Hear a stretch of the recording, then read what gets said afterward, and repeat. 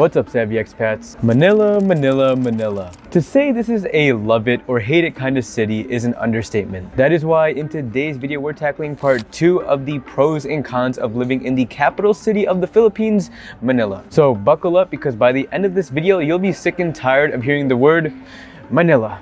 Alright, at pro number 1 on our list of living in Manila, we have the healthcare. I'll tell you, finding quality healthcare in the Philippines is far and few in between. Unless you live in or around the cities of BGC or Makati, medical care is far from the Western standard that you're probably used to. Let's just put it like that. Because, unfortunately so, a good amount of the hospitals in the Philippines lack cleanliness, medical equipment, and top-notch specialists to take care of your needs. Especially if we're talking about public hospitals in the provincial areas. Speaking of, that likely brings you to the question, where can I find quality hospitals in Manila then? Well, as I've always mentioned, 2 of the best hospitals in the country are Makati Medical Center in Makati and St. Luke's Hospital in Bonifacio Global City. Because we have to understand that there are only a handful of medical specialists in the Philippines with a high-paying skill set. So where do you think these specialists go? You guessed it, Manila. So God forbid you have any major medical issues that require procedures like a heart surgery or cancer, then in that case it's best to live in Manila. So what's my tip for you? If you're planning or retiring in the Philippines and you anticipate any health issues, it's best to live in or around Manila. Now, if you have any chronic illnesses or conditions, in that case I wouldn't even suggest that you move to the Philippines. Stay in the US, Europe, or Canada if that's the case. Lastly, it's worth mentioning that healthcare in the Philippines is also relatively affordable, especially compared to the West. Moving on to pro number 2 of living in the Philippines, that is the Western influence. For expats moving out of Western countries, it's always a toss-up between moving to the Philippines or Thailand. At the end of the day, when the decision is in favor of the Philippines, it's most often because the Philippines has been heavily influenced by the West. You know what I mean. Most people here speak English, we have a lot of the same restaurant and shopping establishments, and of course the Philippines was once colonized by America. And so this Western influence that I speak of is especially amplified in Manila compared to the rest of the nation. For the most part, anyone I come across here in Manila speak English, know the same songs that you and I know, watch the same movies that we grew up with, and can somewhat relate to the humor that you and I are familiar with. Especially if you visit the cities of Makati and BGC, it is clear as day that these cities have been influenced by the West. The infrastructure is organized, the streets are clean, the roads are wide, there's people from all around the world, we have many of the same restaurants as in the US, and the majority of the malls house the same establishments. Now for the third pro of living in Manila, that is the fantastic nightlife. Manila is without a doubt home to some of the best nightlife in the entire country. If you're one who enjoys clubs, karaoke, dancing, or even just a simple drink at one of the many bars, then Manila is a place for you. This city just offers a wide selection of unique nightlife. From smaller pubs to jazz entertainment bars, there's likely something there to fit your taste. Now, for those of you who are coming to Manila for vacation, at number 4, you'll enjoy the cheap pampering. Compared to the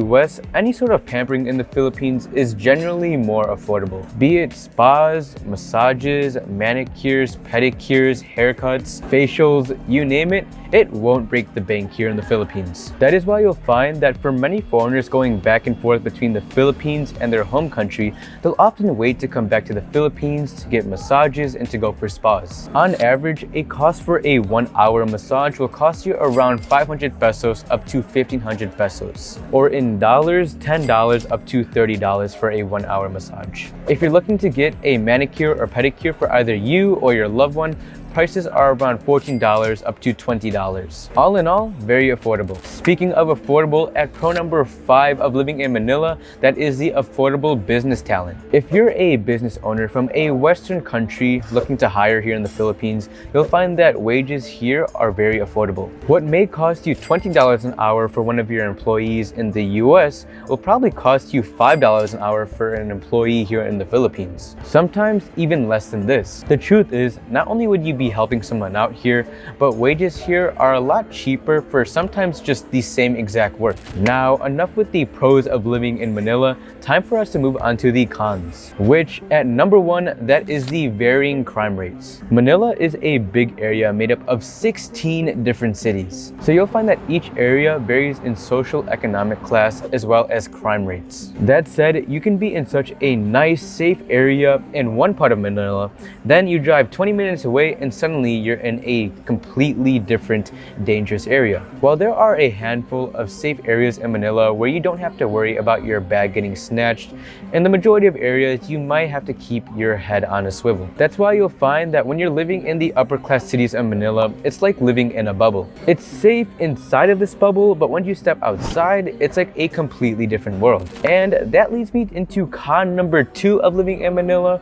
For some, it's like living in a bubble. If you're like my family, where you've chosen to live in what many would consider one of the upper class cities of Manila, then let's be honest, it's not your authentic Philippines. Because I'll admit, I can say I'm living in the Philippines, but really, I'm not living in the Philippines, if you catch my drift. Honestly, where I live in BGC, it's no different than the US. I'm from Chicago, not the south side by the way, and so this city here in BGC is comparable to some of the nice parts of the Windy City in Chicago. Here in BGC, it's a small sanctuary of a city where it's safe, comfortable, convenient, and westernized. Hence why you can see it's like living in a bubble. Because once you step outside of that bubble of BGC and Makati, then that's when you truly experience the true Philippines. Just giving it to you straight, in most areas of Manila, it's pollution, crime, poverty, and congestion. In the province, it's tropical beaches, peaceful nature, and palm trees. You know, everything that the Philippines is traditionally known for. So bear in mind, living in the nice cities of Manila